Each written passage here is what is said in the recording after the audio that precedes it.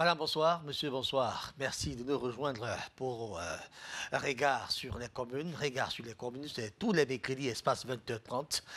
Nous essayons de décrypter une thématique en rapport avec les collectivités territoriales décentralisées, pour ne pas dire les populations au plus près. Ça sera avec beaucoup de plaisir que nous allons aller avec la thématique de ce soir qui pose d'ailleurs un problème très sérieux. On évoque la problématique de la gestion des ordures ménagères au sein des collectivités territoriales décentralisées. Voilà l'essentiel de ce qui va nous intéresser dans les 90 prochaines minutes. Ça sera bien sûr avec nos invités déjà tous sur ce plateau. Avec beaucoup d'honneur, nous allons d'ailleurs les accueillir. De tout nouveau d'abord, Luc René Talon, Tobou, environnementaliste, il est bel et bien à mon extrême droite. Luc René, bonsoir et merci beaucoup de nous rendre visite. Bonsoir, bonsoir Raoul. C'est un réel plaisir d'être sur votre plateau en cette soirée pour pouvoir traiter des questions d'ordre technique et qui relèvent de la gestion de l'environnement, qui quelquefois est considéré comme le parent pauvre dans les collectivités territoriales décentralisées. Je voudrais profiter surtout pour rendre un grand hommage. Non, attendez, des hommages, on va y arriver. Merci, Raoul. Des hommages, vous allez les rendre certainement. Si on aura ce temps, on va à l'essentiel. Vous avez parlé tout à l'heure de parents pauvres. Pourquoi vous parlez de parents pauvres? Je voudrais dire parents pauvres parce que dans beaucoup de plans communaux de développement, vous allez vous rendre compte que assez d'aspects sociaux sont traités, tant bien qu'économiques, et qui dit économique peut présenter tous ces aspects, mais l'environnement, règlement, c'est un peu relégué au second plan. Et parce qu'il y a peu de moyens. Peu de moyens, on s'intéresse peu à ce secteur de l'environnement. C'est pour ça que vous parlez de parents pauvres. C'est ce qu'on peut dire. C'est justement ce que vous parlez de parents pauvres, parce qu'on met peu de moyens, on s'intéresse peu, et ça semble être délaissé. Tout à fait délaissé, parce que si vous assistez à certains conseils municipaux, vous allez vous rendre compte que dans l'ordre du jour, il n'y a jamais cette question. Presque pas. On peut en avoir, sauf que ça revient en dernière position et ce n'est pas traité dans le fond comme les questions d'ordre économique voire social. En tout cas, merci beaucoup. Je rappelle, vous êtes diplômé des sciences environnementales et spécialisé en assainissement, en évaluation environnementale. Merci de nous rendre visite ce soir. Forcément, vous aurez beaucoup à nous enseigner. Enseigner à nos mères qui nous suivent en ce moment, à tous qui vont d'ailleurs, qui suivent cette émission de Regards sur les communes. À mon extrême gauche, c'est notre consultant. Il est connu déjà de nos téléspectateurs, Basile Togo. Il est juriste, expert en développement local. Basile, bonsoir et merci de nous rendre visite aussi. Bonsoir Raoul, bonsoir à tous les co-panélistes. Bonsoir aux millions, n'est-ce pas, de téléspectateurs de Dash TV. Bonsoir, n'est-ce pas, à tous ces gens qui pensent que, comme nous essayons d'apporter notre contribution à l'effet, n'est-ce pas, de contribuer au processus de décentralisation dans lequel nous sommes véritablement plongés depuis 1996. Et je crois que cette émission est la bienvenue. Et cela me donne l'occasion de vous féliciter une fois de plus, de féliciter Dash, le groupe Dash, pour avoir mis en exergue nos communes, pour avoir mis en exergue nos populations à l'effet, n'est-ce pas, d'avoir de notre part des éléments concrets qui puissent les permettre, n'est-ce pas, de mieux s'adapter dans la décentralisation dans laquelle nous sommes plongés. En tout cas, c'est tout aussi à votre. Et comme j'ai l'habitude de dire que je ne cesserai de féliciter cette ingéniosité dont vous avez fait part et d'appeler nos gouvernants, appeler nos élus locaux, de véritablement prendre en charge, se prendre en main, n'est-ce pas, et de se rapprocher des services de Dash Télévision, à le faire, n'est-ce pas, de venir communiquer sur cette plateforme que vous les offrez, n'est-ce pas, et que la télévision Dash a le plaisir de diffuser de partout dans le monde entier. Merci à vous, Basile de Togo. Bien éventuellement, nous sommes là pour ces populations qui doivent connaître ce que c'est que la décentralisation avec toutes ces migrantes. Nous participons à notre manière, n'est-ce pas, à la mise en implémentation de cette décentralisation qui a démarré au Cameroun depuis 2010 et dont nous semblons déjà être à la deuxième phase et on atteindra bientôt la troisième phase, en tout cas la phase définitive qui va donc porter le Cameroun dans le giron des États véritablement démocratiques. Alors, merci, décentralisé. Merci à vous, Basile de Togo. Simon Yefou est bel et bien à mon extrême droite. Simon Yefou, enseignant, historien, écrivain. Simon, lui également, est connu des téléspectateurs des Dash News. Alors, Simon, bonsoir et bienvenue parmi nous, Simon. Bonsoir Raoul Pépin et merci une fois de plus de m'avoir invité sur votre plateau de regard sur les communes. Je commence par dire aussi bonsoir à mes copanélistes, Luc René Talon et Basile et Togo que vous venez de présenter. Bonsoir également et surtout à tous les téléspectateurs et aux inconditionnels de regard sur les communes que je considère comme les missions citoyennes que tout bon citoyen camerounais doit regarder parce que cela permet de savoir ce qu'on appelle le vivre ensemble, le bien vivre en ville avec les collectivités territoriales décentralisées. Merci à vous, Simon Yefou. Je rappelle, vous êtes enseignant, historien, écrivain. Vous nous rejoignez également ce soir dans le cadre des regards sur les communes. On va maintenant prendre la toute première transition. On va prendre ce reportage qui nous fait un peu un état des lieux de la ville de Yaoundé. Il y a quelques temps seulement, c'est pas très lointain. Yaoundé qui coulait alors sous les ordures ménagères. Il y a même encore certaines localités qui sont restées intactes. C'est vrai que quelques-unes ont quand même déjà suivi quelques culs de jouvence. Nous allons suivre ça avec beaucoup d'attention.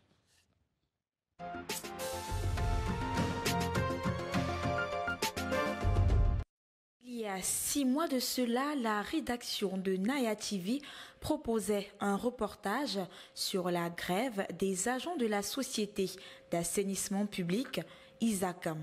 Aujourd'hui encore, la ville de Yaoundé est de nouveau assaillie par les tas de poubelles. Une situation de trop pour les habitants environnants. Bon, on n'arrive plus à travailler. Même la route, ça ne passe pas. Comme vous voyez là, il y a l'embouteillage. On n'arrive pas à respirer. Même on a fait chasser les employés pour rentrer à la maison parce qu'ils ne pouvaient pas supporter des ordures avec les enfants. Bon, c'est pour ça que vous nous voyez fuir la poubelle pour venir rester à côté. Mais nos boutiques, ce sont là, il n'y a personne parce qu'on n'arrive pas à travailler.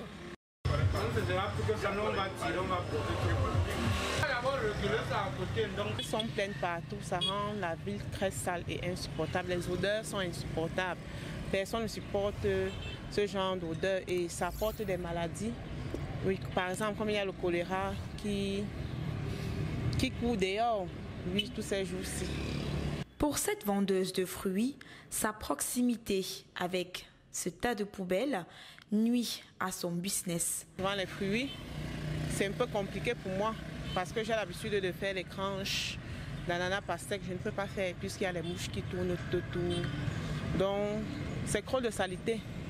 C'est insupportable, mais on essaie juste de gérer. On arrive le matin, on essaye de balayer, mais jusque-là, le véritable problème, c'est que la société ISACAM puisse résoudre ce problème. Il y a quelques semaines, les agents d'ISACAM annonçaient une grève prévue pour le 25 avril dernier en réclamation de leurs revendications. Je crois que nous sommes dans un pays de droit. En moins de 2 ans, on ne peut pas gréver 5 fois. Le gouvernement ne se pose pas de questions. Pourquoi nous sommes négligés? Parce que nous, on travaille dans l'ordure. Nous sommes aussi les soldats d'ordure. Hein? On vit comment? On vit comment? Hein? Regardez, nous, on a les problèmes de salaire. Les salaires ne suivent pas. Tu travailles 3 mois, on te donne 1 mois. Un contexte qui met à mal les populations et la salubrité de la ville. Et tu vois, comme ici à Biemesla, c'est que vous voyez ici, ça vient d'Acacia. Bon, c'était les audios qui viennent de Yaoundé 6. Pourquoi on vient verser ça à Yaoundé 3? Bon, on vient maintenant remplir le quartier où nous, à Yaoundé 3, on paye des impôts, on n'arrive pas à travailler. Ça fait presque 2 semaines. Personne ne peut pas ouvrir la boutique, toutes les boutiques sont bloquées. Vous voyez leurs employés venir faire payer, donc je ne sais pas, parce que je me dis que quand ils font ça, ça veut dire qu'ils ne sont pas payés et c'est généralement plusieurs mois. Et ce sont des gens incontournables parce que c'est eux qui rendent la ville propre. Oui, on ne devrait pas blaguer avec eux. Depuis 2 jours en revanche, la société a entamé l'assainissement de certains quartiers, comme ici, au Rond-Point Express.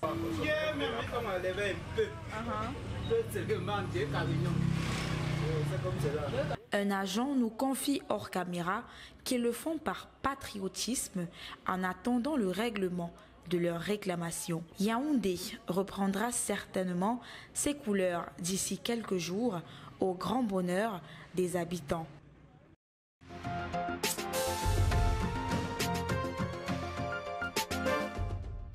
On a pu vivre dans ce reportage que la petite économie prend véritablement un coup lorsqu'il y a ces ordures ménagères qui déambulent pratiquement les rues.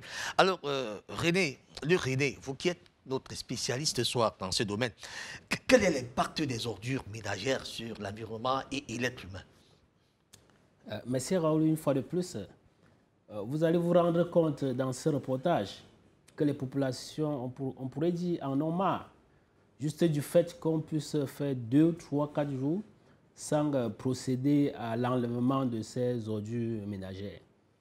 On peut donc relever sur le plan sanitaire, dès qu'il y a des ordures autour de la maison, et tous les ménages le savent très bien, tant qu'il y a des ordures autour de la maison, ou bien dans la localité, il y a des proliférations des nuisibles. Quand on parle des nuisibles, on peut aussi parler des agents vecteurs de maladies.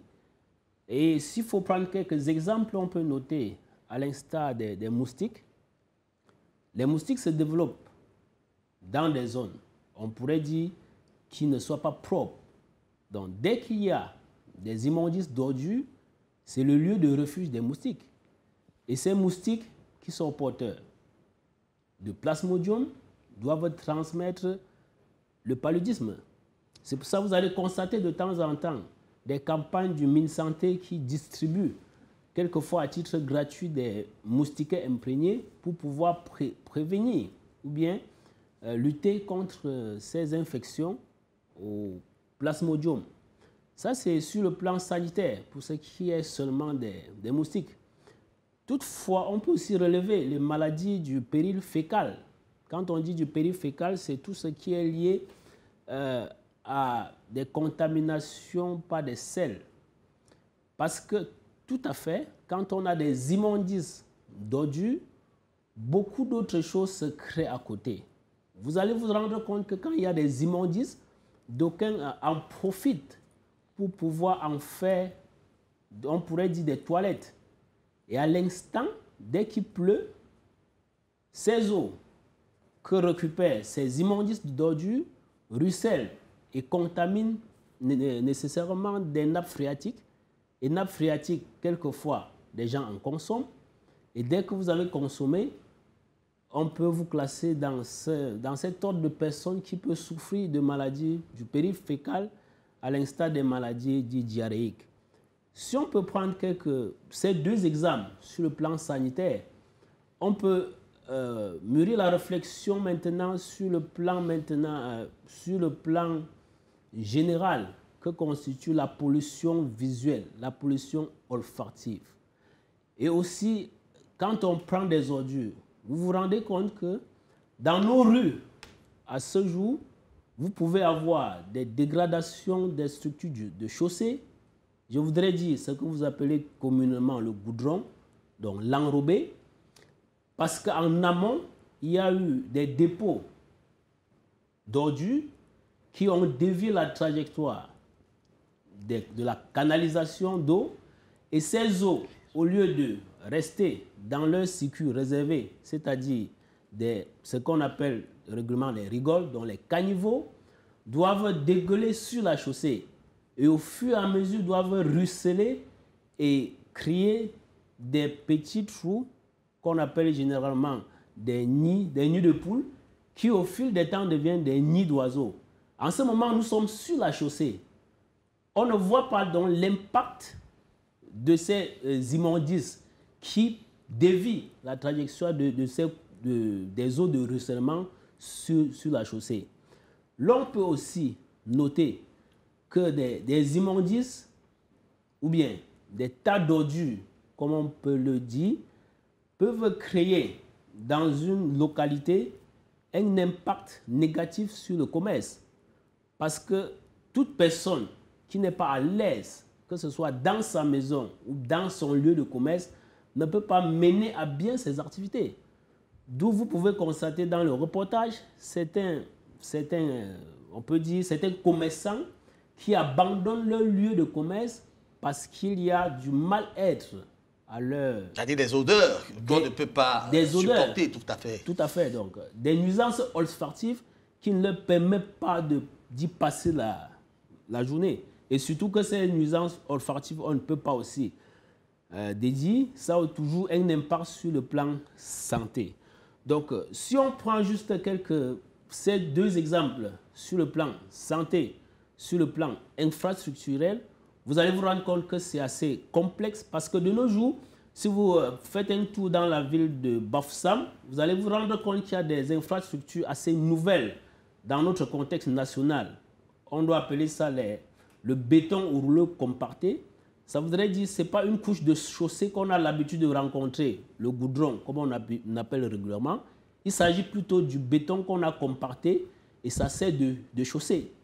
Et ce type de béton au rouleau compacté, contrairement à l'enrobé, certes, c'est une structure assez solide, mais facilement dégradable s'il y a des eaux de ruissellement. Qu'est-ce qui est facilement dégradable? Le style qui est à Bafoussam ou bien c'est que nous vivons constamment?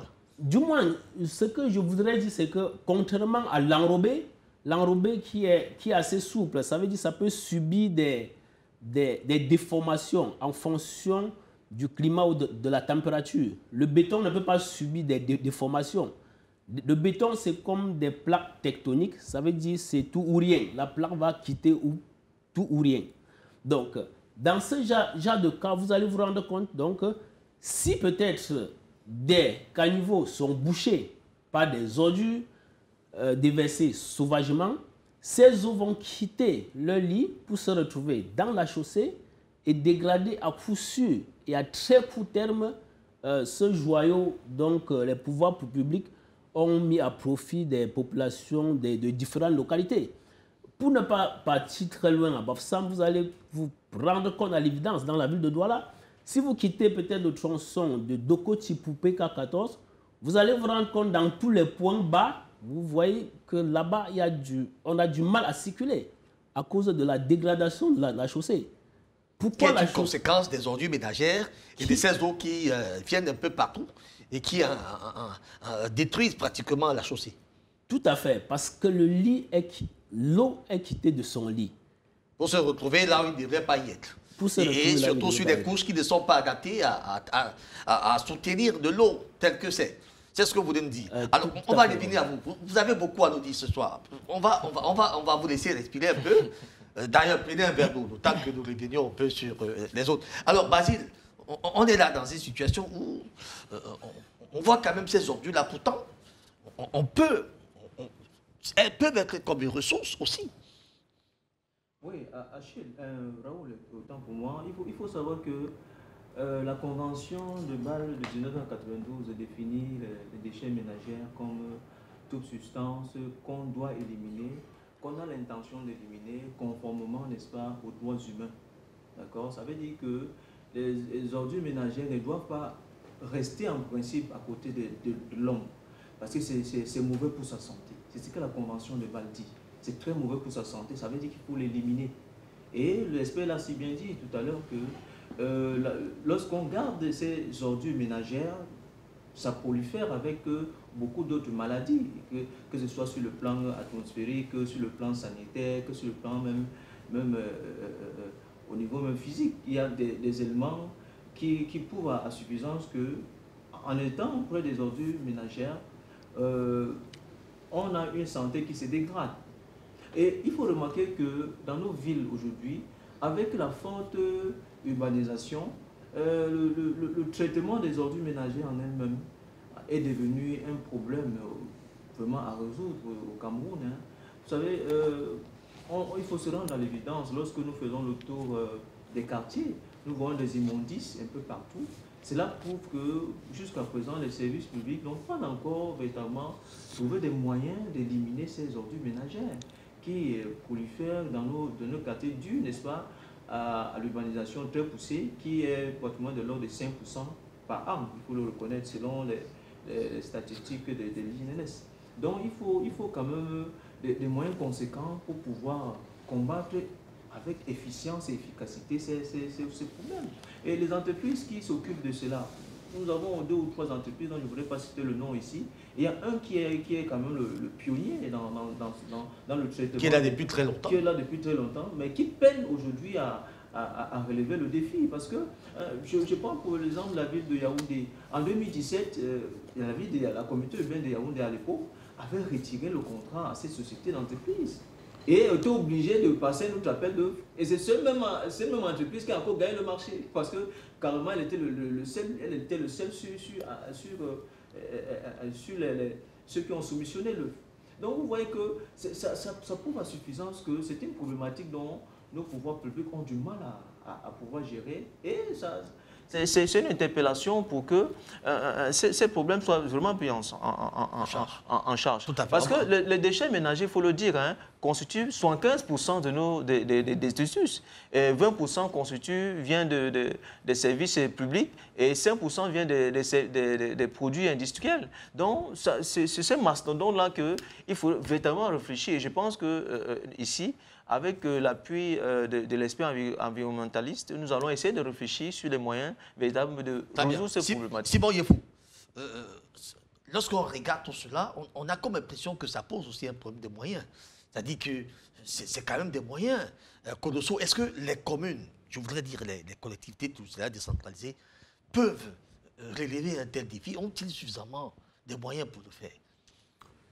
Évidemment, les moyens font défaut. Mais avant d'y arriver, je voudrais dire que la problématique de la gestion des ordures ménagères en milieu urbain se pose essentiellement à 2 niveaux. Il y a d'abord le niveau des populations, c'est-à-dire des citadins, qui se caractérisent généralement par leur incivisme. L'expert a relevé tout à l'heure les eaux qui se retrouvent sur la chaussée. C'est pourquoi? C'est parce que les populations jettent les déchets dans les caniveaux et dans les drains qui se retrouvent bouchés. Et comme quand il pleut, comme on est sur une région de plaine comme dans la ville de Douala, l'eau se débrouille pour trouver sa route. Et en cherchant sa route, elle se retrouve sur la chaussée et dégrade la chaussée. Donc les populations jettent les ordures n'importe comment, n'importe où, en pleine chaussée, dans les caniveaux. Et on voit aussi des gens qui se permettent de jeter les ordures. Là où il y a même les barres à ordures, on rejette les déchets hors des barres à ordures. Ça, c'est l'incivisme parfois généralisé des populations.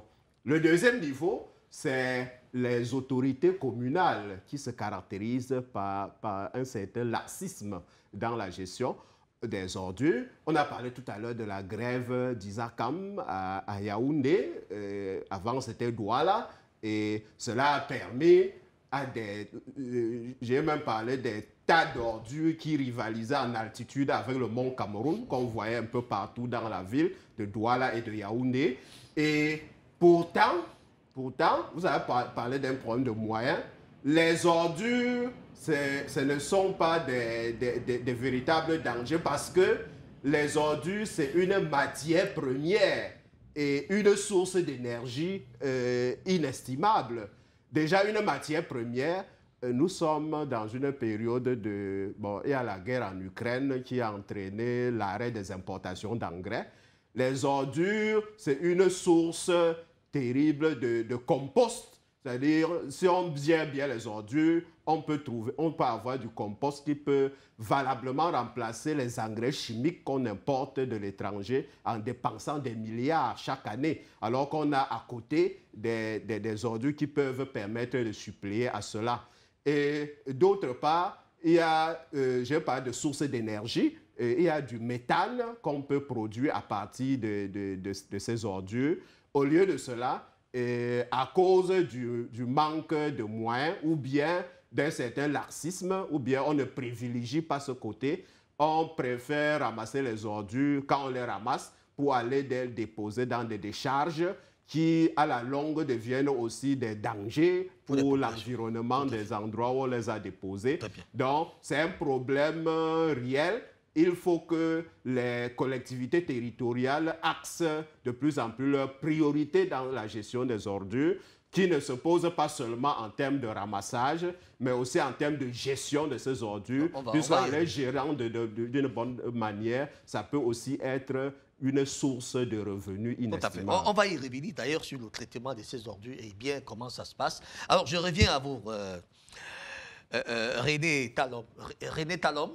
Alors, les ordures, en fait, est-ce que ces ordures peuvent constituer une ressource? Monsieur Raoul, en emboîtant le pas sur ce que l'historien vient de relever, Simon Yefou, merci. Vous allez vous rendre compte que l'ordure ou bien le déchet en lui-même, c'est lié au producteur. Ça voudrait dire, quand vous n'en avez plus rien à foutre, si on peut utiliser ces termes-là, donc ça ne vous sert plus à rien.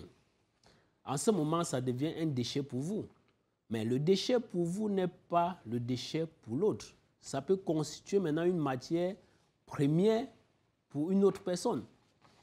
Comment ça peut constituer une matière première? Pour une autre personne, comment? C'est un peu difficile à comprendre ça. Oui. Si c'est un déchet pour moi, comment ça peut être une matière première pour quelqu'un d'autre? Ok, je vais prendre quelques exemples. Vous allez vous rendre compte qu'il y a un moment, on avait des morceaux de fer partout dans la ville. On pouvait marcher et se blesser ou bien tomber sur des morceaux de fer. Avec l'avènement des industries de fonderie, vous vous rendez compte qu'aujourd'hui, beaucoup de citoyens se sont lancés dans la collecte de ces morceaux de fer. Ça veut dire ces morceaux de fer qui, jadis, étaient abandonnés, maintenant, on récupère pour valoriser. Valoriser veut dire récupérer ça pour aller... mettre en valeur.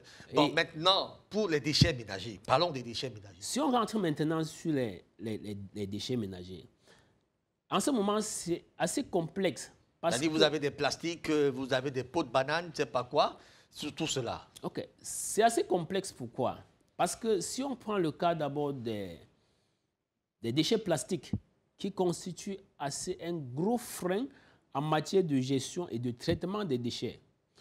Rendez-vous à l'évidence que les textes de 2012, je voudrais citer surtout le décret du 16 septembre 2012, qui définit les conditions de gestion des déchets, partant du tri jusqu'au traitement, en passant par le recyclage et toute la chaîne. Ce texte a été décliné en plusieurs arrêtés. Donc, il y a eu d'autres textes d'application, pratiquement 5.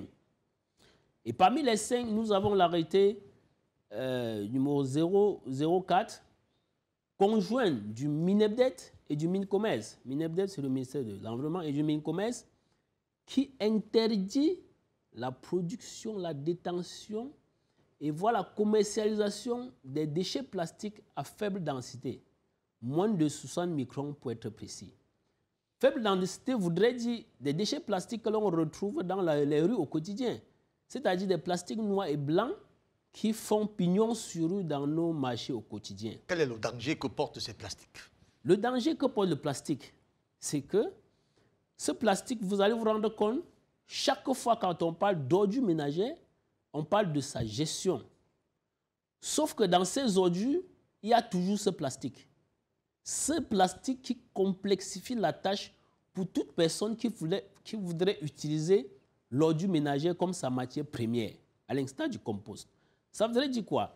L'ordure ménagère, en tant que déchet biodégradable, s'il faut peut-être transformer en compost, la biodégradation veut dire les micro-organismes vont pouvoir entrer en contact avec l'ordure et à la fin, on aura le compost. Est-ce que ce micro-organisme peut donc transformer le plastique en compost? Non. Ça voudrait dire... Ça veut dire que qu'est-ce qu'il faut faire? Ça veut dire qu'il faut trier le plastique, le défaire des ordures ménagères, et puis s'en servir de reste.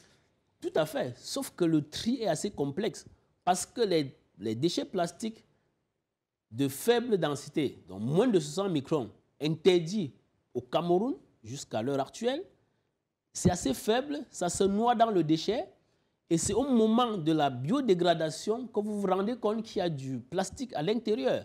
C'est quand les déchets biodégradables commencent à se dégrader que vous vous rendez compte qu'il y a, du plastique à l'intérieur. Qu'il y a du plastique. Donc, dans ce sens, jusqu'à présent, bien que les textes soient assez clairs là-dessus, dessus, on ne peut pas nier le fait que dans nos marchés, jusqu'à aujourd'hui, ces plastiques font pignon sur rue.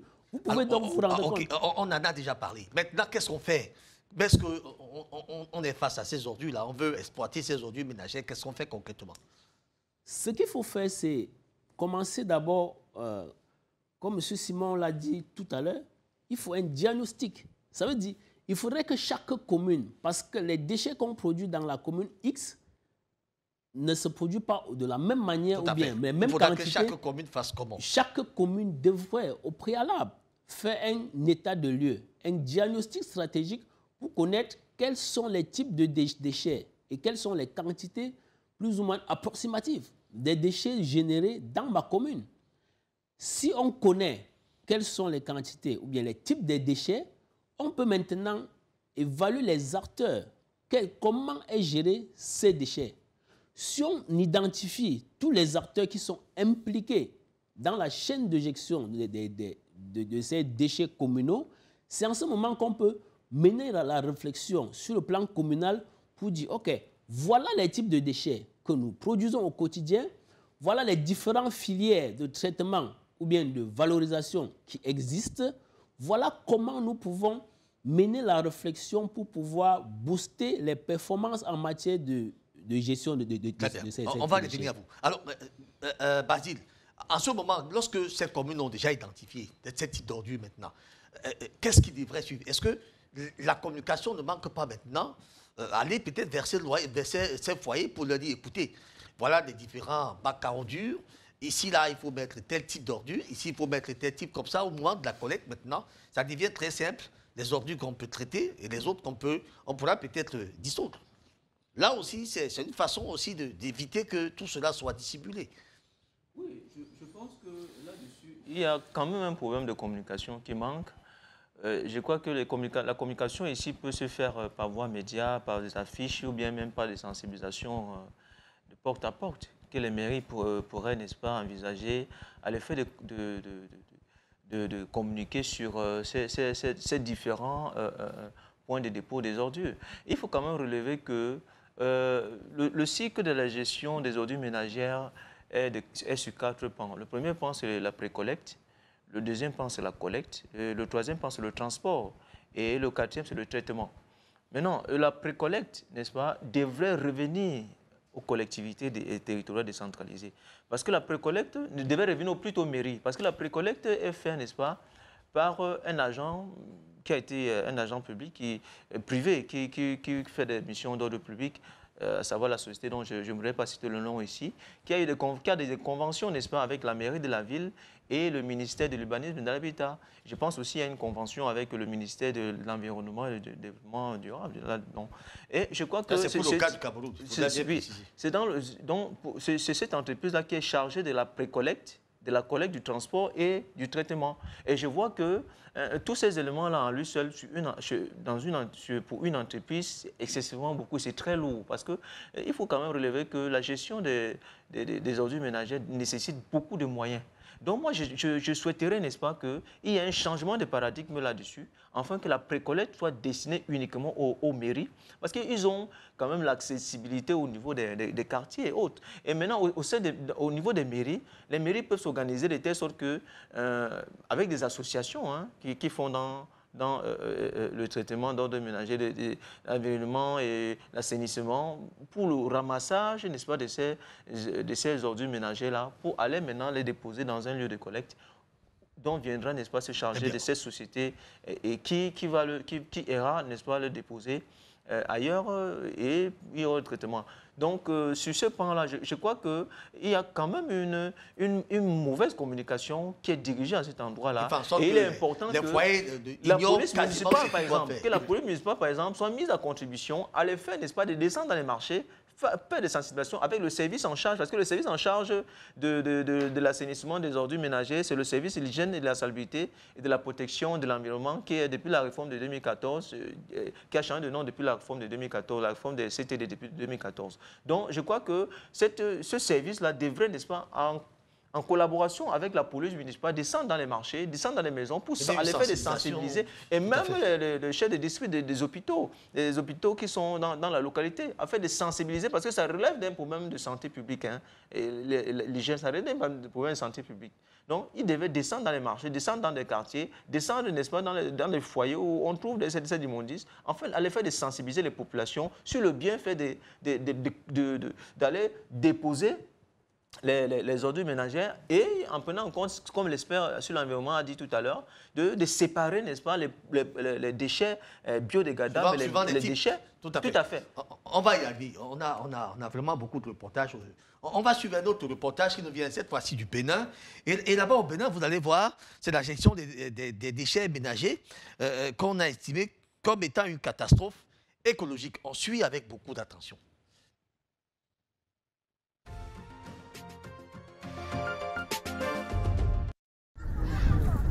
Deux ans, ce n'est pas quelques mois, depuis 2 ans environ que les points de regroupement sont en réflexion. Nous sommes obligés d'amener les déchets vers les bas-fonds et les berges lagunaires. Des propos à la limite impensables et pourtant c'est une réalité sur le terrain. Des déchets ménagers qui n'ont autre destination que ces bas-fonds, ces écosystèmes riches mais très fragiles. Soit on laisse les déchets dans les maisons, ou alors on envoie directement les déchets vers le lieu d'enfouissement sanitaire. Et le lieu d'enfouissement sanitaire, c'est jusqu'à Ouessé, qui est à Ouida. Les sont en reconstruction.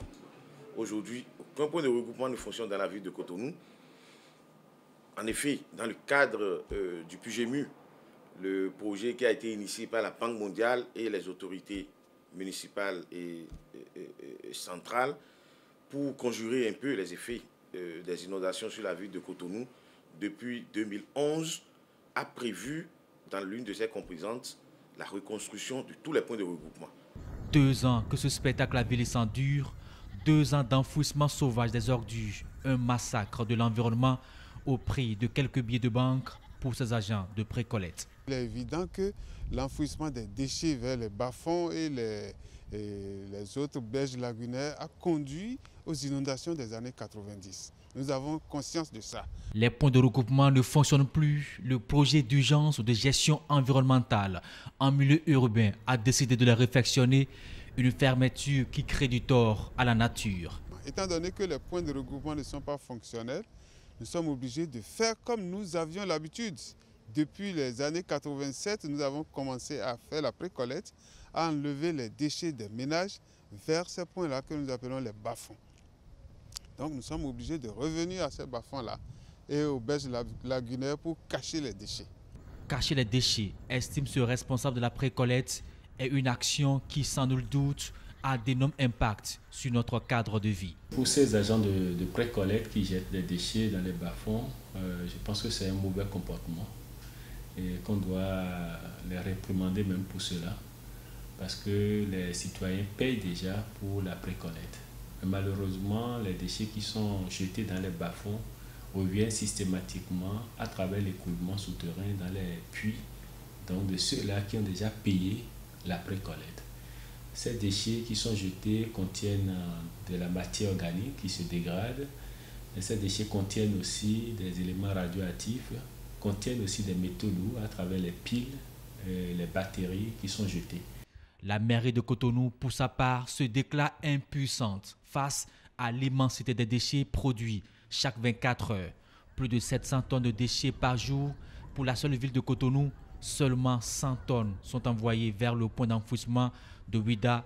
Le reste est dans la ville, dans les bas-fonds et les berges lagunaires, des montagnes de déchets, sources de pollution et de maladies. Nous luttons contre ce phénomène qui pourrait engendrer des épidémies. Parce que le mélange des déchets avec l'eau, c'est un mélange explosif qui peut conduire, disons, à des problèmes de santé publique. C'est vrai, ce n'est pas bien, mec. Qu'est-ce que vous voulez? Ces agents de pré-collecte préfèrent des solutions de facilité. Ils veulent déposer le plus tôt possible pour revenir. Parce que pour certains agents, donc c'est par rapport au nombre de ménages visités qui sont payés. Et par rapport à ces agents, ils veulent faire le maximum donc avant de retourner. Donc voilà pourquoi ils prennent des raccourcis pour aller jeter dans les bas-fonds. En tout état de cause, même s'il n'y a pas de point de regroupement, je crois qu'il ne leur est pas permis de jeter les déchets dans les bas-fonds. Pour pallier cette situation de cataclysme écologique, le gouvernement a initié le projet de gestion des déchets dans le Grand Nokoué. Un projet qui couvre les communes de Cotonou, Abomey-Calavi, Semek-Podji, Ouida et Porto-Novo. Un projet qui réorganise la filière avec, pour toile de fond, la création de nouveaux emplois à travers le tri et la transformation des déchets.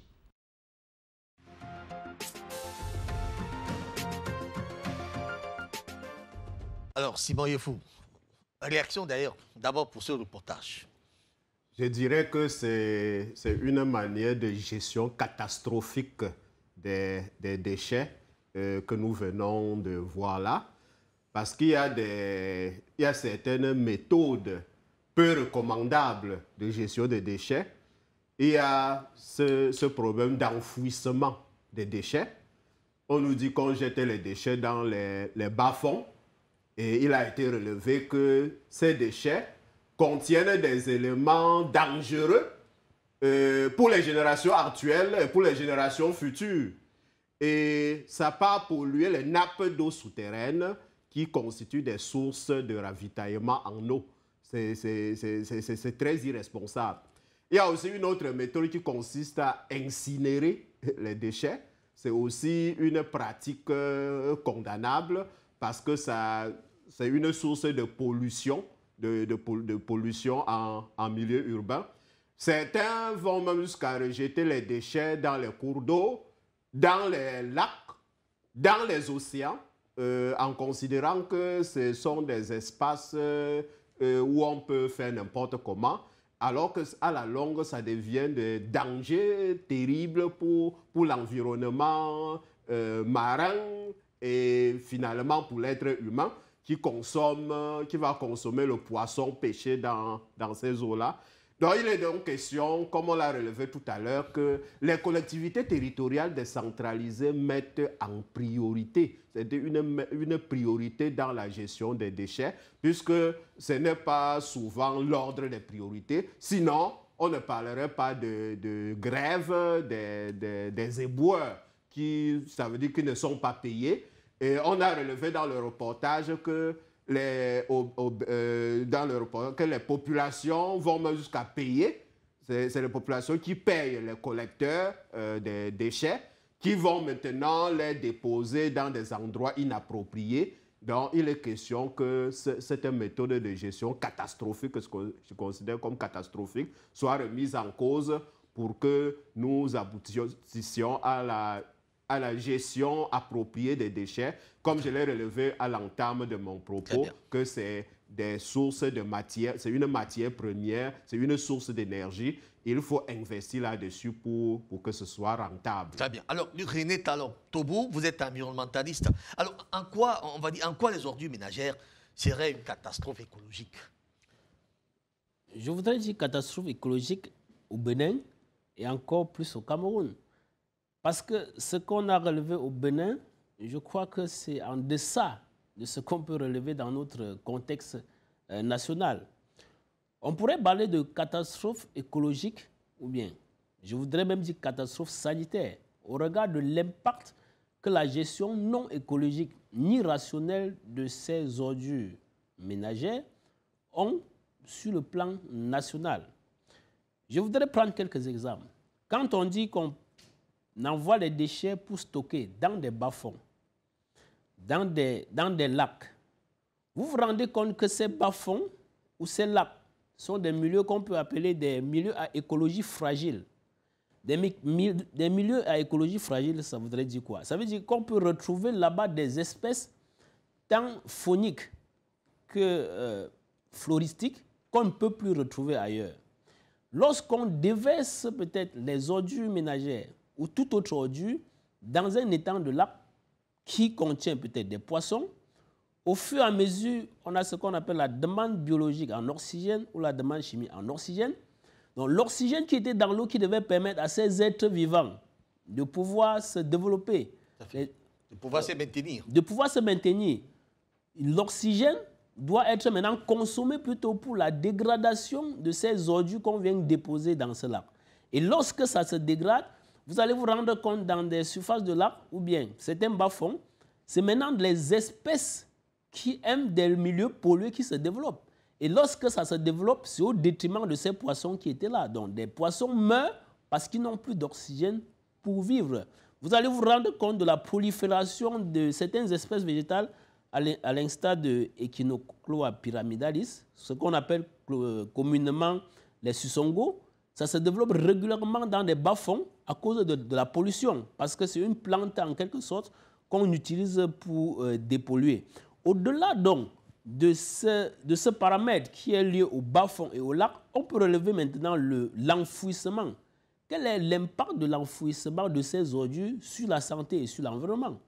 Lorsqu'on a enfoui, peut-être là-bas c'est les populations qui enfouissent à très faible profondeur. Le lixivia va descendre et contaminer la nappe phréatique. Faisons un tour à PK10 où il y a une décharge non écologique, je voudrais dire sauvage, parce que les déchets sont enfouis là-bas parfois à de grandes profondeurs, parce que c'est avec les engins qu'on tourne cela.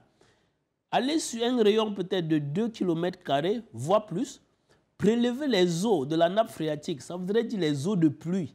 Les eaux de pluie, autant pour moi, vous faites quelques analyses pour voir quel est le taux de contamination par les streptocoques fécaux, les staphylocoques de ces eaux. Parce que ces eaux viennent de la dégradation de cette matière organique et qui est contaminée. Relevons aussi le cas de Kolfoulou. Vous allez vous rendre compte à Yaoundé, à Kolfoulou, là où il y a l'autre décharge municipale sauvage, tout le bas-fond, toute la zone, toute la nappe phréatique est polluée. Ça voudrait dire que vous ne pouvez pas consommer à vos risques l'eau de pluie dans ces différentes zones. Périmètres. Et si on pouvait relever aussi la notion du tri? La notion du tri, je voudrais regarder en ce sens une vue de l'esprit. Une vue de l'esprit dans la mesure où, quand on trie, c'est lié au système de traitement en place. Comment pouvons-nous avoir un système de traitement non écologique, voire sauvage, et parler de tri? Le tri voudrait dire qu'on trie à la source. Ça veut dire qu'on dispose de 2, 3, 4 bacs différents. Tout à fait. En fonction des types de déchets, les populations viennent mettre X, Y, Z déchets dans ces différents bacs. Sauf que dans notre contexte, si vous prenez même des dispositions en tant qu'écologiste et garant de l'environnement, vous faites ce tri. Ces agents municipaux ou bien ces entreprises en charge de la gestion municipale des déchets, lorsqu'ils viennent porter, est-ce qu'ils respectent le tri que vous avez fait à la source? Non. Ça veut dire si vous avez mis le plastique à gauche, le fer à droite, les déchets biodégradables encore à gauche, ils vont porter tout. Ils portent tout ça, ils mettent dans le même bac et on part enfouir à Kolfoulou ou bien sur la route de Fumban à Bafsam ou bien à PK10. À quoi a servi donc le tri à la base? Parce que le tri à la base, c'est au cas où on a des filières de traitement différentes. Quelles sont les filières en place de traitement des ordures ménagères en fonction des types dans nos municipalités? Nous, on n'a qu'un seul type. Ça veut dire le type sauvage qui prend tout et met en aigle. Et déverse partout. À quoi bon? Ils ne déversent pas partout. Ils ont une décharge sauvage. Donc, ils prennent, si vous vous égosiez à faire ce tri à la maison, quelle sera la fin? Ça va se retrouver dans le même camion, parfois même avec le sac même où c'était contenu, ou bien le bac. Par conséquent, on a négligé ces tri. On dit, bon, puisque tous vont dans le même panier, autant mieux les mettre comme ça une seule fois. Et ça permet que l'écologie, en fait, l'écosystème se dégrade davantage. Vous avez si bien expliqué. Je reviens à vous. Alors, Basile et Togo, et là, ça pose une autre question, celle de la responsabilité du citoyen, d'ailleurs lui-même, et de ces structures qui doivent en principe gérer les décharges, il faut le dire ainsi. De là maintenant, est-ce que ça n'émanerait pas d'une véritable volonté politique qui devrait y mettre un accent? Parce que toute action mène quand même au bien-être de l'homme qui est l'être humain. Et cela devrait passer forcément par une volonté politique. Oui, il faut relever que la Constitution du 18 janvier 1996 énonce dans son préambule que tout le monde a droit à un environnement sain. Donc, le fait d'assainir, n'est-ce pas, nos localités est un droit constitutionnel. Et qui doit l'implémenter? C'est d'abord l'État qui doit l'implémenter. L'État à travers les collectivités, l'État, qui sont très proches des populations. Tout à fait. C'est d'abord l'État qui doit l'implémenter. Ça veut dire qu'il y a un ministère en charge, n'est-ce pas, de ces questions d'environnement. Je crois qu'il y a le ministère de l'Urbanisme et de l'Habitat, il y a le ministère de l'Environnement qui sont en charge des questions d'environnement, si l'expert le confirme ici. Et il y a aussi ces collectivités territoriales décentralisées qui sont, n'est-ce pas, des personnalités morales de services publics qui, n'est-ce pas, au quotidien, de par leur rapprochement avec les populations, assurent, n'est-ce pas, l'assainissement, le transport, la précollecte, et ainsi de suite, que nous avons cité là tout à l'heure. Je crois que tous ces ensembles de personnes, n'est-ce pas, qui contribuent à ce que, effectivement, il y ait un traitement efficient des ordures ménagères. Moi, je revenais sur ce que l'expert a dit tout à l'heure en disant que notre véritable problème réside sur le traitement même des ordures ménagères. Parce qu'il faut reconnaître qu'en Europe, dans d'autres cieux, le traitement des ordures ménagères génère énormément de ressources. Hein? À partir des ordures ménagères, on peut avoir du biogaz, on peut avoir de l'engrais, on peut avoir, n'est-ce pas, on peut confectionner des produits plastiques, hein? On peut confectionner, n'est-ce pas, d'autres éléments artisanaux qu'il faut le citer. Donc je crois que c'est un ensemble d'éléments qu'il faut prendre en compte parce que ça entre, n'est-ce pas, dans l'économie même de la localité. Donc, pour aller plus loin, je dirais que, en élaguant, n'est-ce pas, ce que nous avons dit tout à l'heure, les populations, donc nous, les citoyens, avons un droit maximum, n'est-ce pas, sur la gestion de nos ordures ménagères. Si nous constatons qu'il y a des différences, mais il faut quand même relever que c'est nous qui vivons à côté de ces immondices. C'est à nous, n'est-ce pas, de prendre nos responsabilités aussi. Mais on va les déposer là, on va sans élaguer les responsabilités de l'État, mais ça nous incombe, puisque nous sommes dans une émission où il faut sensibiliser. Et qu'est-ce que nous devrions faire? Ce que nous devrions faire, n'est-ce pas, c'est de mettre sur pied, comme à Douala 5e, il y a une entreprise qui fait dans la collecte avec des tricycles. Moyennant 2 000 francs par mois, ils passent dans les ménages 2 ou 3 fois la semaine pour faire la collecte des ordures ménagères. Les populations devraient aussi s'organiser à l'effet de mettre sur pied, n'est-ce pas, une ONG, par exemple, ou bien... Ils essayent de trier ces ordures-là? Bon, ils essaient de faire le ramassage, mais je ne pense pas qu'il y ait un tri, puisqu'il y a un problème de traitement, même s'il y a un tri à la base. On va revenir sur cette question, on va d'abord avancer. Je vous suggère de suivre notre reportage cette fois-ci. Nous sommes allés nous chercher en Tunisie. On évoque la gestion des déchets ménagers comme étant un impératif. Je vous suggère de suivre ça avec beaucoup d'attention.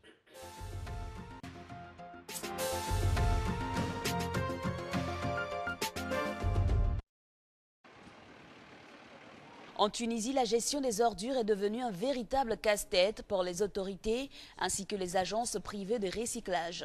11 millions de Tunisiens produisent près de 2,3 millions de tonnes de déchets par an, selon les chiffres officiels. Si 80% de ces déchets sont transférés dans des sites appropriés, 20% finissent dans des décharges de fortune. Tout le monde sont convaincus qu'il faut quand même changer un peu le mode et l'esprit de la gestion des déchets d'une façon générale. Il faut aller vers la gestion intégrée des déchets. Aujourd'hui, c'est une obligation. La gestion des déchets doit être faite intégralement de la collecte jusqu'à la fin du traitement.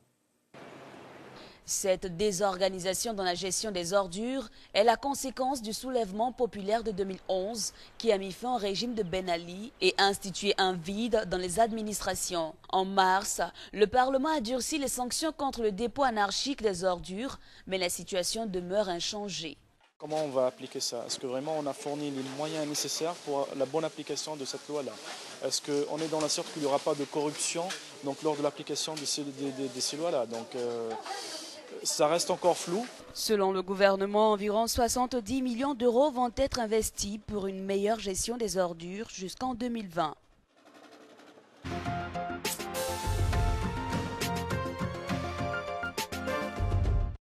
Non, il faut, on a remarqué dans ce reportage que malgré l'implication des parlementaires en Tunisie, il y a toujours que la situation ne change pas du tout. Là, cela renvoie nécessairement à quoi?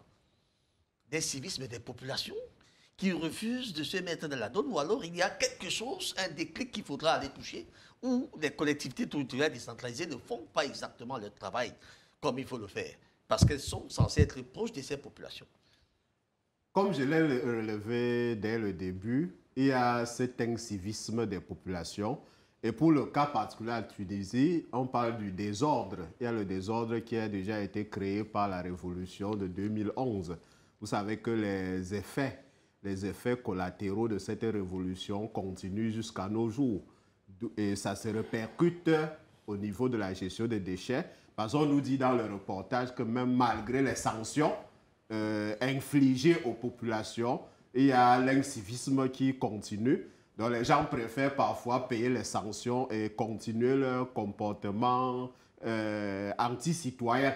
On relève aussi que des moyens supplémentaires ont été débloqués pour une gestion normale de ces déchets, mais les effets se font encore sentir et que peut-être 80% des déchets peut-être sont bien stockés, alors que 20% de ces déchets se retrouvent dans des endroits inappropriés, comme on l'a relevé tout à l'heure. Cela veut dire que les collectivités territoriales décentralisées doivent mettre un accent particulier. Nous avons parlé de la communication tout à l'heure, et c'est ce que nous faisons ce soir à travers cette émission. Et on parle aussi des affichages, l'utilisation des réseaux sociaux. Souvent, on utilise les réseaux sociaux à tort et à travers. Voilà un secteur très important où on peut sensibiliser les populations en leur disant que les déchets, non seulement c'est un danger, mais c'est aussi un bienfait quand c'est bien géré. Un danger parce que mal géré, ça devient source de maladies, de prolifération des rats, des moustiques, des souris, qui sont un danger pour la population. Mais bien géré, c'est une source inestimable de matières premières et d'énergie. On a parlé des engrais, des engrais naturels ou bien des engrais biologiques qui sont plus efficaces que les engrais chimiques. Les engrais chimiques importés de l'étranger qui ont le désavantage de dégrader les sols après plusieurs cultures parce que les engrais chimiques, ça donne une bonne quantité, mais au fur et à mesure, ça dégrade le sol et à un moment donné, le sol devient improductif. Donc, il est question de plus en plus pour les États, pour les collectivités territoriales décentralisées, de mettre la priorité sur la gestion des déchets en sensibilisant les populations et en mettant de plus en plus de moyens dans la gestion des déchets, dans le triage, dans le transport, dans le dépôt de ces déchets pour que ça devienne, comme on vient de relever, une source de revenus pour ces collectivités territoriales décentralisées. Talon Toubou, on entre maintenant dans des faits pratiques qu'il faudra peut-être mettre en œuvre pour qu'on sorte un peu de ce bourbier, si on peut l'appeler ainsi. Quelle est la part des communes, quelle est la part des populations dans cette affaire? Merci Raoul. Avant d'arriver aux communes, il faudrait qu'on regarde sur le plan national. Parce que la commune a sa part de responsabilité, l'État, qui est aussi la commune, en a l'autre. Si vous regardez le texte de 2012, ou bien les textes de 2012, ce texte institue ce qu'on appelle le permis environnemental en matière de gestion des déchets. Ça veut dire que l'État a encadré aujourd'hui la gestion des déchets au travers des textes qui dit tel organisme est agréé à gérer tel type de déchets. Tel organisme est agréé à produire tel type de déchets. Rendez-vous donc à l'évidence que nous avons beaucoup d'entreprises, des sociétés de production des biens consommables, à l'instar des produits laitiers, à l'instar des produits brassicoles. Eux tous, ou presque, ont ce qu'on appelle le permis environnemental en matière de production des plastiques non biodégradables. Parce que tous les PET, les bouteilles en plastique qu'ils produisent, c'est ce qu'on appelle non biodégradables. Donc, le permis leur octroie le droit de pouvoir produire cela. Et dans le permis aussi, ils expliquent comment est-ce qu'ils vont faire pour gérer. Là, on leur donne le permis. Quelle est donc la suite de ce permis? Ce permis, c'est à quoi après? Parce qu'au quotidien, on ne voit pas sur le terrain ce qu'eux ils font. Ça veut dire... On ne voit pas de façon palpable. On ne voit pas de façon palpable parce que dans le principe pollueur-payeur, si j'ai produit 20 bouteilles de plastique et qui se retrouvent dehors, je dois mettre en place un mécanisme et financé par moi-même qui doit pouvoir récupérer ces 20 bouteilles pour pouvoir recycler ou bien utiliser ça comme autre matière première. Par contre, quand on a produit 20 bouteilles, ça se retrouve dans les rigoles, ça bouche un peu partout, ça crée des inondations. À n'en point fini, mais on vous dit, cette entreprise est écologiquement responsable. Que veut dire donc écologiquement responsable si on ne peut pas tenir à nos propres engagements? Ça veut dire enlever la bouteille que nous avons acceptée, que nous allons produire et enlever. Maintenant, si on revient sur la responsabilité même de la commune, ça c'est au niveau étatique. Maintenant, la commune a ce qu'ils appellent, depuis la loi de 74 de la réorganisation communale et le décret d'application de 77 qui parlait des taxes. Ça, je peux dire, c'est le point faible des communes. Parce que les communes, vous allez voir les agents communaux dans les rues au quotidien, ils courent derrière tous les citoyens pour les traquer, pour payer les taxes. Tout à fait. Ça voudrait dire quoi? Vous vendez des mangues en pleine rue, on vient vous faire payer les taxes. Et quand vous payez les taxes, en ce moment, vous dites, j'ai le droit donc de vendre en pleine rue. Quel est le mécanisme que la commune met en marche pour traquer les inciviques écologiques? Ou alors pour évacuer. Pour évacuer. Tous ces manques qui seront... Exactement comme ils traquent les inciviques fiscaux. Ça voudrait dire quoi? Vous allez vous rendre compte, dans nos communes aujourd'hui, beaucoup de communes ici à Douala, ils ont ce qu'ils appellent les journées propres. Ailleurs, telle commune, on va dire jeudi propre, telle autre, on dit mercredi propre. Les journées citoyennes de propriété. OK. Quelle est la valeur ajoutée à date si ce n'est un impact négatif sur l'économie nationale, sur ce qu'on appelle les journées propres?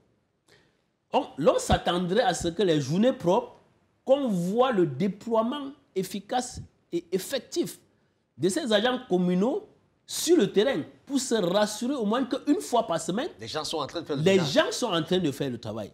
Sauf qu'on peut constater à l'évidence que ces communes elles-mêmes ont pris congé pendant ces journées de propreté. Parce que ces mêmes journées de propreté, les communes sont presque fermées. Alors que c'est des journées où on devait constater... Effectivement, vous allez trouver les agents communaux qui sont dehors pour veiller à ce que les boutiques soient fermées. Pas à ce qu'il y ait le binage, mais à ce que les boutiques soient fermées. Et quand tu veilles à ce que les boutiques soient fermées, vous allez vous rendre compte que ce n'est pas de bon cœur. C'est parce qu'ils savent que comme des Camerounais aiment bien la négociation, si on trouve ta boutique ouverte, il faut que tu donnes quelque chose. Donc c'est ça le facteur de motivation. Ils ont totalement dégradé cette affaire-là. Ça veut dire l'agent communal même que vous retrouvez dehors un jeudi propre, il ne sait pas ce qu'il est dehors pour faire. Il est dehors pour traquer les boutiques qui sont ouvertes et avoir quelque chose en retour. Il ne sait pas que son rôle en ce jour serait de veiller à ce que l'assainissement soit fait de bout en bout. De bout en bout veut dire caniveau après caniveau, qu'on puisse se rassurer que des déchets sont regroupés à des endroits indiqués pour que le service communal en charge ou bien le service urbain en charge vienne transporter, bien que le traitement ne soit pas écologique. Donc, si on veut impliquer la responsabilité des communes, l'on voudrait que le même déploiement, la même attention que le maire met pour déployer ses ressources, pour collecter de l'argent. C'est vrai que cet argent permet en quelque sorte de payer... de fonctionner. De fonctionner. Mais il faudrait aussi qu'on puisse mettre les mêmes moyens pour assurer l'hygiène au travers de ces mercredis propres, au travers de ces jeudis propres. Encore que quand vous êtes malade, vous ne pouvez pas produire de l'argent qu'ils viendront chercher. Donc... Tout à fait. Donc, si les jeudis propres, l'on pouvait voir et la police, parce que la police les accompagne régulièrement, la police nationale les accompagne souvent. Quelquefois, quand ils sont dehors. Quelquefois, mais quand on les accompagne régulièrement, c'est pour arrêter les motos des pauvres Camerounais, je ne sais pas. C'est pour payer les taxes, toujours. Vous verrez dans tous les carrefours, ils sont là à 7 heures, à l'heure que le service public n'est même pas encore ouvert. On se demande quelle est l'heure de prise de service. Mais nous voudrions donc que ces mêmes gens qui prennent service pour arrêter les motos à 7 heures du matin, qui prennent service les jeudis propres pour pouvoir traquer des inciviques écologiques. Ça voudrait dire, si à 8 heures, tu n'es pas devant ta boutique pour nettoyer, il faudrait qu'à 11 heures, la sanction serait que ta boutique reste fermée parce que tu n'as pas été là pour pouvoir... Et comme ils aiment beaucoup d'argent, on peut même créer une taxe. On dit que bon, quand vous n'avez pas nettoyé, allez payer 5 000 francs à la mairie, c'est pas quoi. Oui, là, ça peut... Tout à fait. Là, cette sanction, ça peut pouvoir inciter les populations parce que quand il n'y a pas la sanction, donc la population se rend donc compte que c'est mieux d'organiser des réunions du quartier les jeudis propres et que la mairie elle-même prend congé. Et à 10 heures, les jeudis propres. Et à 10 heures, on se retrouve dans les mêmes tas d'immondices. Et en arrivant le jeudi propre même, si à 6 heures il a plu, on trouve que devant la boutique, ça a inondé à cause des ordures qu'on a abandonnées la veille. Alors que si on avait été là un peu plus tôt, on aurait dû évacuer ça. Et ça devrait aussi contribuer parce que beaucoup aussi arrivent au travail en retard parce que leur quartier est inondé. Et quand c'est inondé, quelquefois, ils savent la cause principale. Parce qu'en aval, ils savent qu'il y a du bouchon à cause des déchets et qu'il faille seulement déboucher pour que les autres aussi. Très bien, monsieur Luc, vous avez sensibilisé ces populations. Je crois que nous allons sensibiliser ces magistrats municipaux qui s'abandonnent dans une tâche qui devrait pourtant être prioritaire pour eux. D'ailleurs, beaucoup ne connaissent même parce qu'il y a des ordures ménagères même devant leur propre maison. Hein. Même devant leur bureau, là, ils ne savent même pas ce que c'est parce que quand ils arrivent dans leur voiture climatisée, ils ne savent plus ce qui se passe pratiquement dehors. Et il faudra que nous puissions leur dire, écoutez, monsieur le maire, ça va très mal. Votre localité est très sale et vous devrez tout mettre en œuvre pour que cela marche exactement. On a parlé des jeudis propres. Pour ce qui est de la 5e, j'habite dans la 5e, c'est pour ça que je parle beaucoup de la 5e. Il faudra que la charité commence par soi-même, c'est pas ça. Alors, je vous invite à suivre notre reportage. Hein. Cette fois-ci maintenant, ça sera un décryptage qui va nous permettre de maîtriser, de comprendre la gestion des déchets. Cette fois-ci, ça sera en image et vous allez suivre ça avec beaucoup d'attention.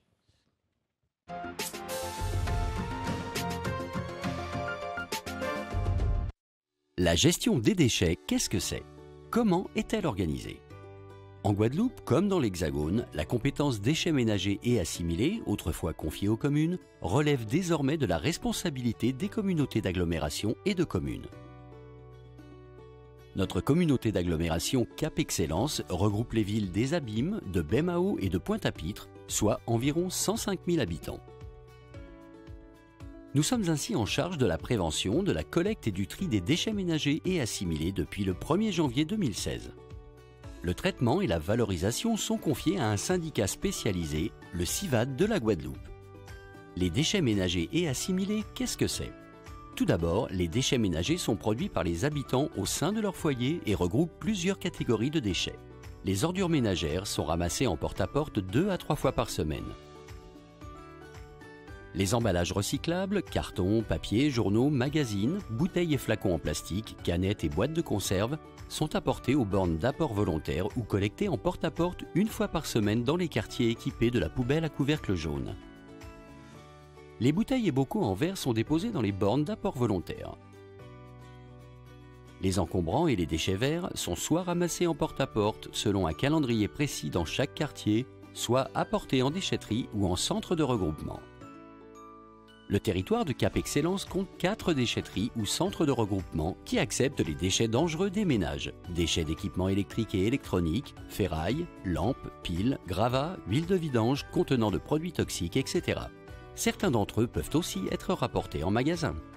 Enfin, les déchets assimilés sont produits par les entreprises ou les administrations mais sont de nature similaire aux déchets des ménages de par leur nature et leur volume.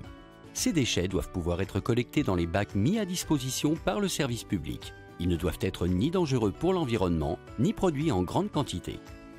Où vont les déchets collectés par Cap Excellence? À Cap Excellence, nous avons pour objectif de privilégier la valorisation des déchets et de restreindre autant que possible le recours à l'enfouissement. Ainsi, les emballages collectés sont acheminés dans un centre de tri où les matériaux sont séparés, compactés et conditionnés pour les recycler dans la fabrication de nouveaux produits. Le verre est broyé et utilisé localement pour des chantiers du BTP et de voirie. Les déchets verts sont acheminés sur une plateforme de compostage. Tous les déchets collectés en déchetterie et en centre de regroupement sont valorisés dans des filières spécifiques locales, hexagonales ou à l'étranger. Les ordures ménagères et les encombrants sont encore à ce jour enfouis dans l'installation de stockage des déchets non dangereux de la Gabarre. Si nous avons pu optimiser la gestion des déchets ces dernières années, de nombreux progrès restent à faire, notamment en matière de tri et de prévention. Notre mission consiste aujourd'hui à mieux vous informer sur les services et outils mis à votre disposition pour mieux gérer vos déchets et préserver ensemble notre cadre de vie.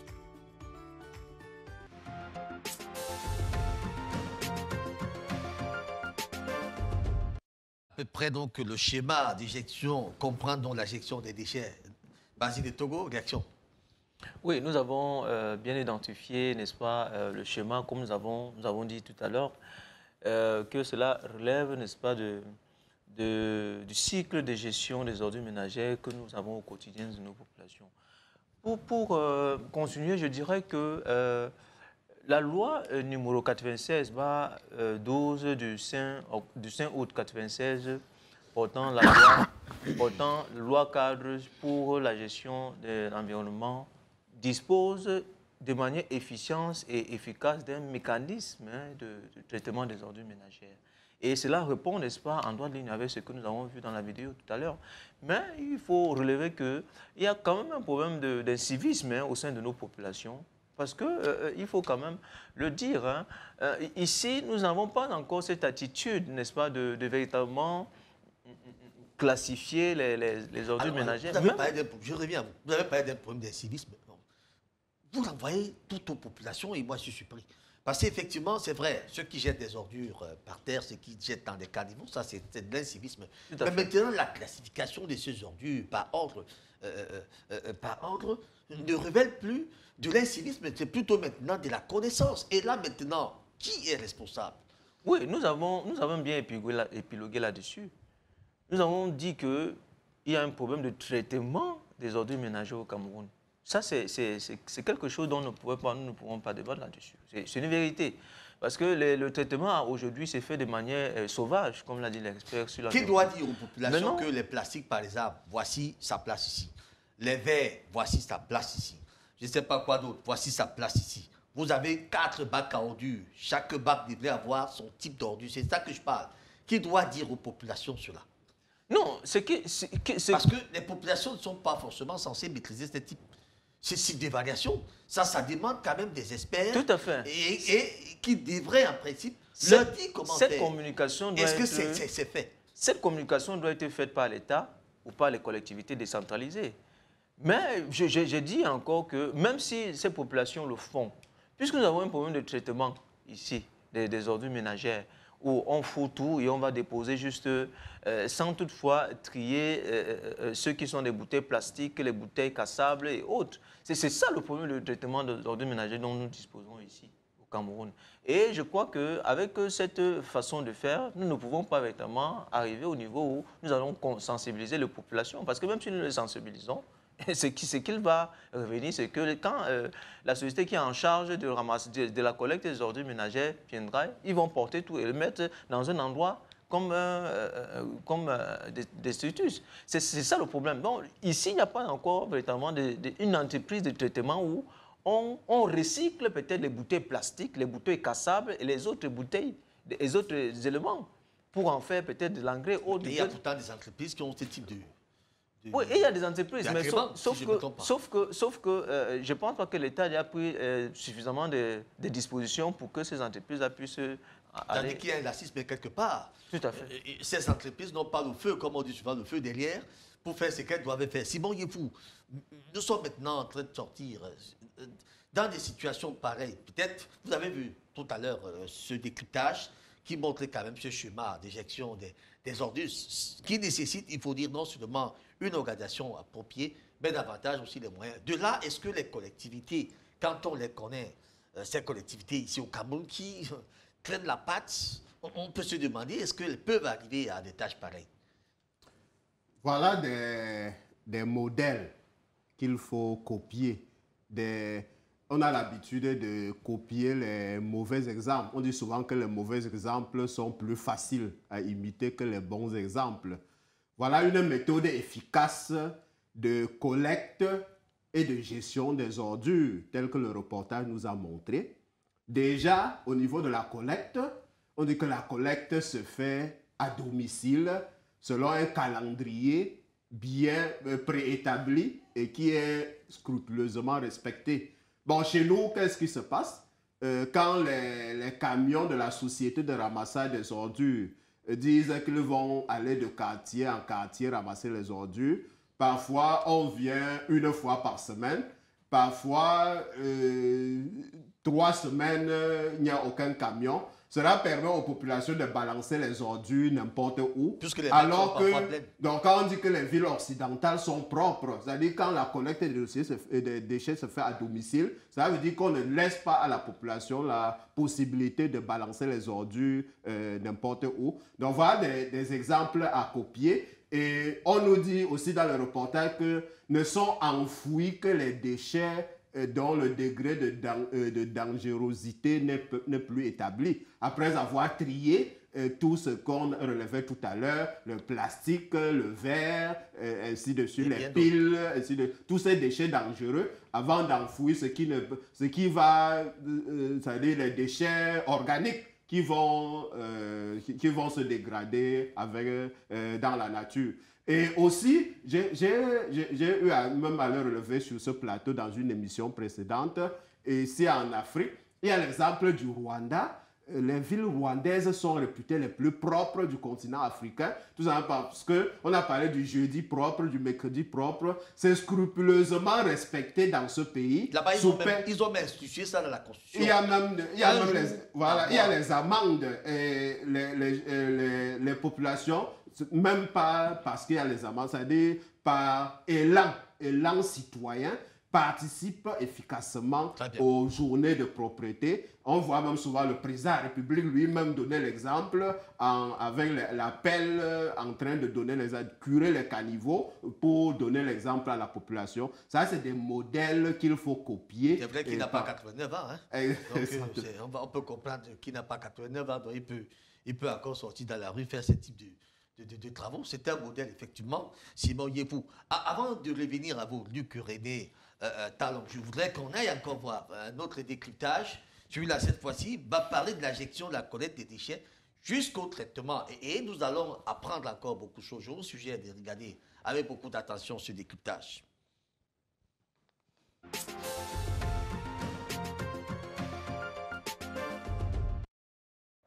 L'usine de valorisation énergétique des déchets a été mise en service en 1988. Elle a depuis cette date subi de nombreuses améliorations pour répondre aux normes françaises et européennes.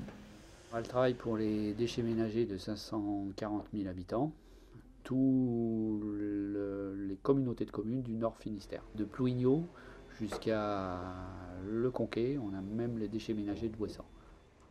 À cela s'ajoutent 80 000 tonnes de déchets verts qui sont broyés pour obtenir un structurant pour le compostage utilisé par les agriculteurs. Les déchets contenus dans nos poubelles de couleur bordeaux sont déposés dans une fosse de 10 mètres de profondeur. Un grappin les dirige vers l'un des 2 fours par un système d'alimentation à poussoir, et cela 7 jours sur 7.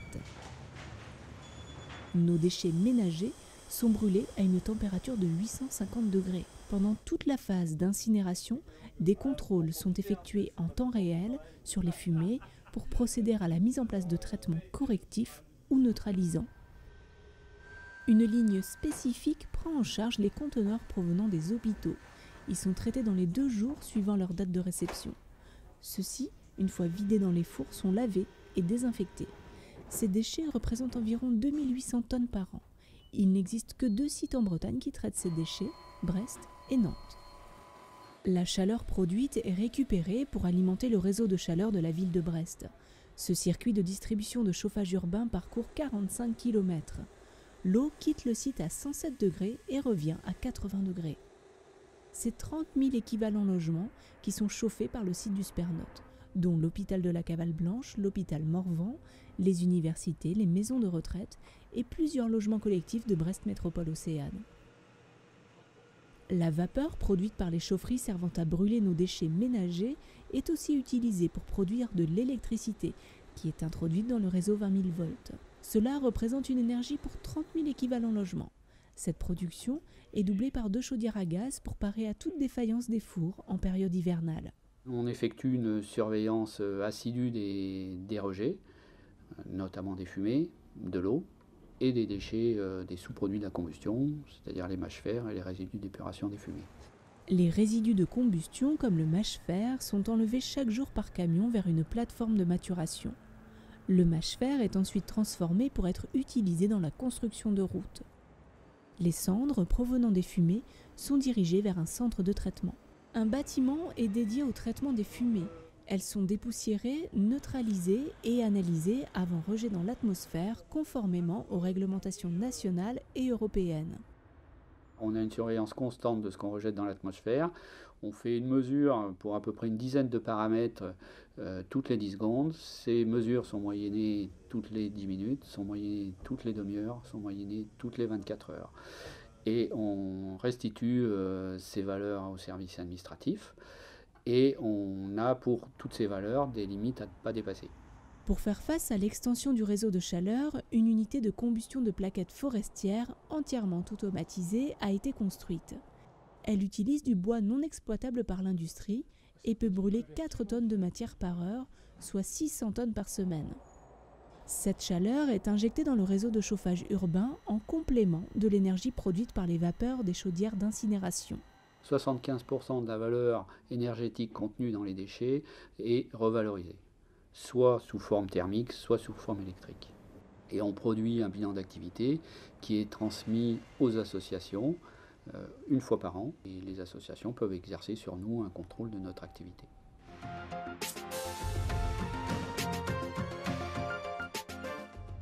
Alors, réaction, Luc René Talon. Ce que je voudrais relever sur les 2 précédents reportages, je voudrais, sans être pessimiste, dire que c'est un peu utopique dans notre contexte. Étant donné que notre contexte est encore à l'étape embryonnaire, tant sur le plan institutionnel que sur le plan comportemental, je voudrais dire qu'il faudrait que des mentalités évoluent à la base et qu'on ait sur le plan institutionnel des instruments assez forts. Dans la mesure où vous voyez le circulaire de 2014 où le ministère de l'Environnement instaure dans des départements des comités de tracking, si on voudrait dire comme ça, des plastiques non biodégradables. Quel est le sort de ce communiqué, de ce comité à date? Parce qu'à l'époque, il y a eu quelques descentes sporadiques où on a vu vraiment les déchets plastiques disparaître. Mais ces déchets sont revenus en force. Ça a duré juste le temps de feuilles de paille.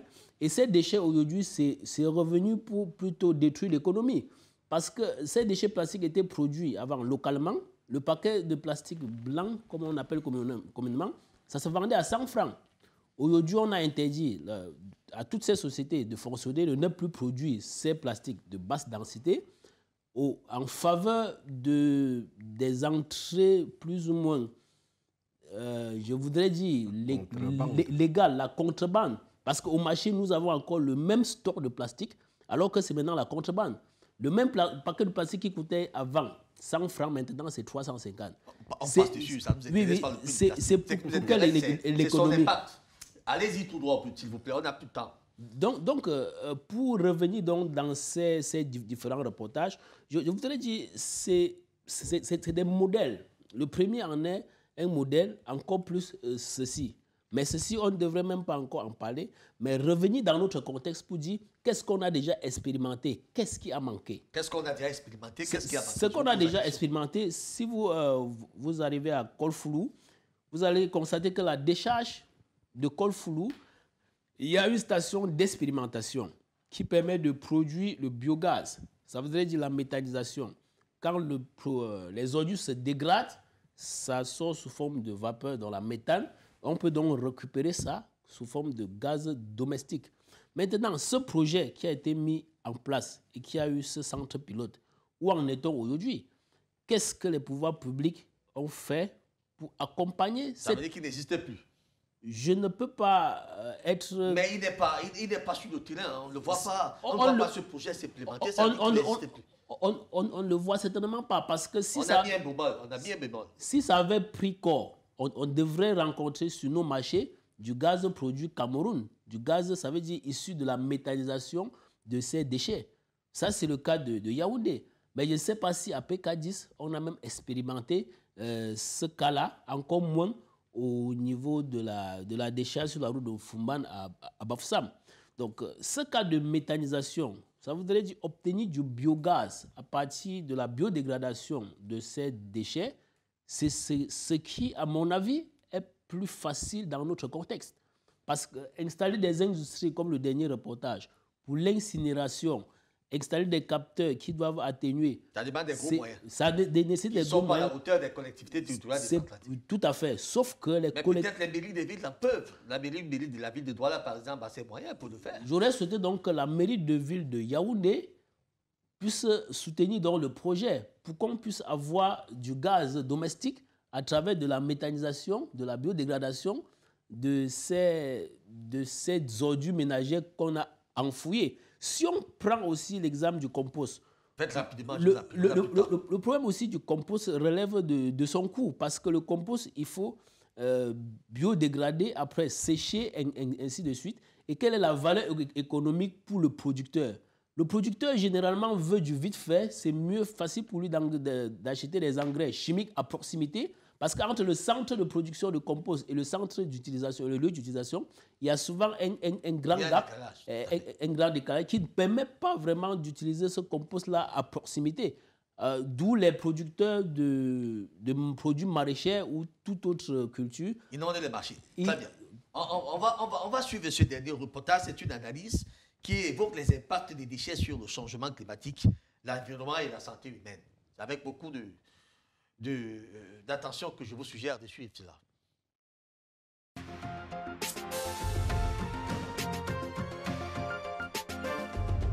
Déchets et changement climatique, quel lien? On désigne comme déchets les substances, matériaux ou produits jetés car n'ayant plus d'utilisation précise.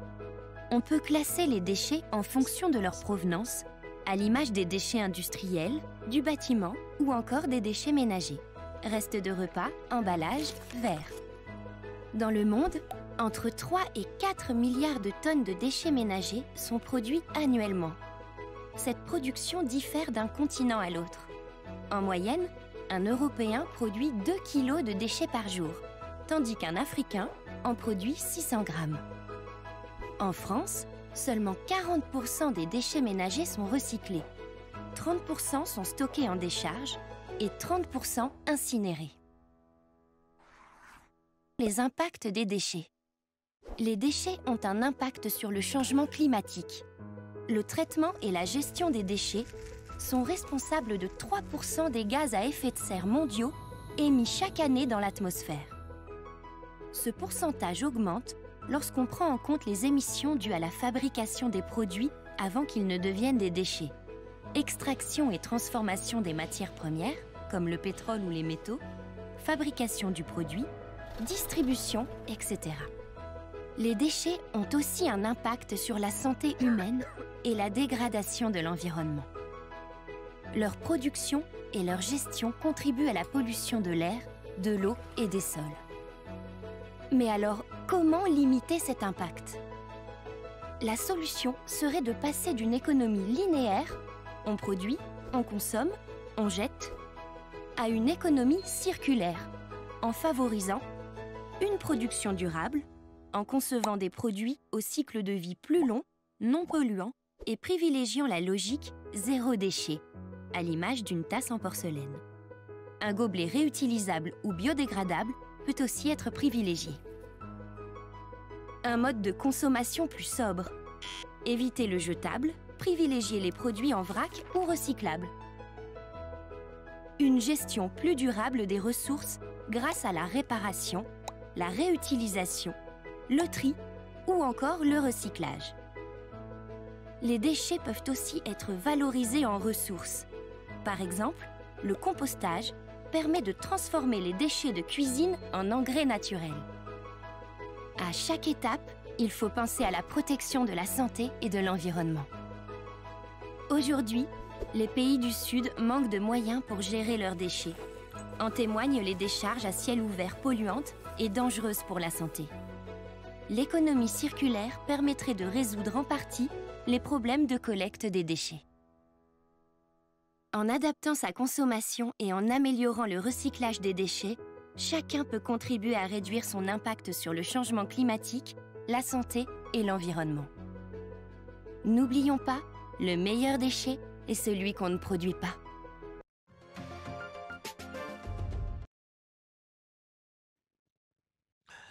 Alors, nous allons demander à l'organisation de nous accorder 5 petites minutes, le temps de faire le tour de cette table. Nous avons déjà fait le tour de l'horloge. Là, nous sommes déjà pratiquement à 91 minutes. Alors, Basile, en guise de conclusion, qu'est-ce qu'on peut retenir de tout cela? Oui, pour conclure, nous devons retenir que la gestion des ordures ménagères au Cameroun est un véritable schéma de mer parce que nous n'avons pas encore trouvé, n'est-ce pas, des moyens efficients et efficaces de véritablement rendre ces déchets toxiques en ressources économiques qui puissent nous permettre, n'est-ce pas, d'atteindre, n'est-ce pas, une certaine croissance économique. Il ne faut pas oublier que dans certains pays, comme nous avons vu dans le reportage, ce problème est déjà résolu et que cela produit énormément non seulement de l'emploi, ça produit aussi des richesses qui ne sont pas négligeables. Parce que la taxe sur l'hygiène et la salubrité qui est payée à hauteur de 25 000 francs lors du règlement de l'impôt libératoire, nous constatons malheureusement... Nous constatons malheureusement que cette taxe-là ne suffise pas pour véritablement, n'est-ce pas, résoudre ce problème de gestion ménagère. Il faudrait que l'État, n'est-ce pas, injecte encore beaucoup d'argent dans ce secteur qui, ma foi, semble être problématique pour le Cameroun. Ah bien. Simon Yefou, en guise de conclusion. Bien, j'ai beaucoup aimé la conclusion du reportage. Le meilleur déchet est celui qu'on ne produit pas.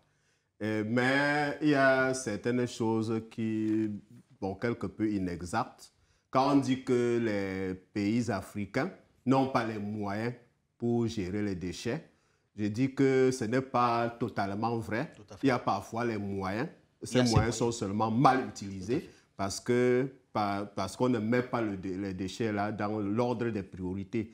Et on pourrait donc dire que les déchets ménagers et les autres déchets sont à la fois un danger et un trésor pour les populations urbaines. Cela va donc dépendre de la manière par laquelle on gère. C'est un danger parce que si c'est mal géré, c'est source de prolifération de maladies, de pollution. On a parlé des gaz à effet de serre qui sont à l'origine du réchauffement du climat qui, à la longue, devient invivable pour les populations.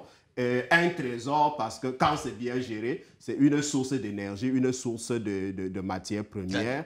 Et il est donc question que les collectivités territoriales décentralisées mettent une priorité dans la gestion des déchets. Luc René Talon-Tobo, environnementaliste, votre conclusion? En guise de conclusion, ce que je voudrais dire de façon pratique dans les communes, c'est pouvoir transformer les jeudis propres en jeudis réellement propres. Mobiliser autant de moyens qu'on utilise pour la collecte des taxes pour pouvoir inciter auprès des populations et des communautés la culture de la gestion écologique et rationnelle des déchets. Et au-delà de ça, il y a ce qu'on appelle aussi le plan communal de développement. Que le plan communal de développement, qui est surtout économique, à côté qu'on fasse aussi un plan communal de gestion environnementale qui devrait permettre aux élus locaux de s'asseoir un temps soit peu, au-delà du contexte des sujets économiques, développer des sujets d'ordre écologique qui peuvent aboutir à une réflexion mûrie et pouvoir déployer des moyens conséquents, harmonisés et bien réfléchis pour la gestion environnementale et une gestion écologique et rationnelle des déchets. Merci beaucoup à vous, Luc René Talon-Tobo. Il faut dire que ces collectivités territoriales et décentralisées ont bel et bien les moyens. Lorsqu'ils partent chercher de l'argent au FECOM pour aller en Europe, par exemple, se balader, on ne sait pas ce qu'ils s'en vont chercher en Europe.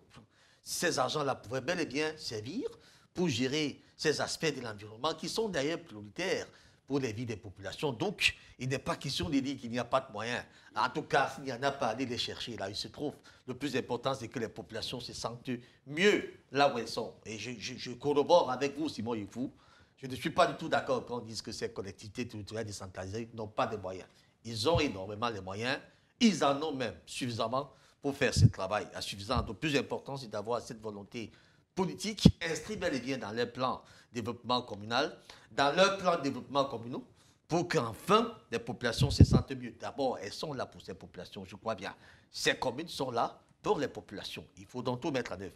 Madame, monsieur, merci beaucoup. Vous avez été nombreux à nous suivre ce soir. Nous allons dire merci beaucoup à la réalisation de notre très chère Paola qui nous a réalisé ce soir. Merci à Emma qui était là pour ses caméras.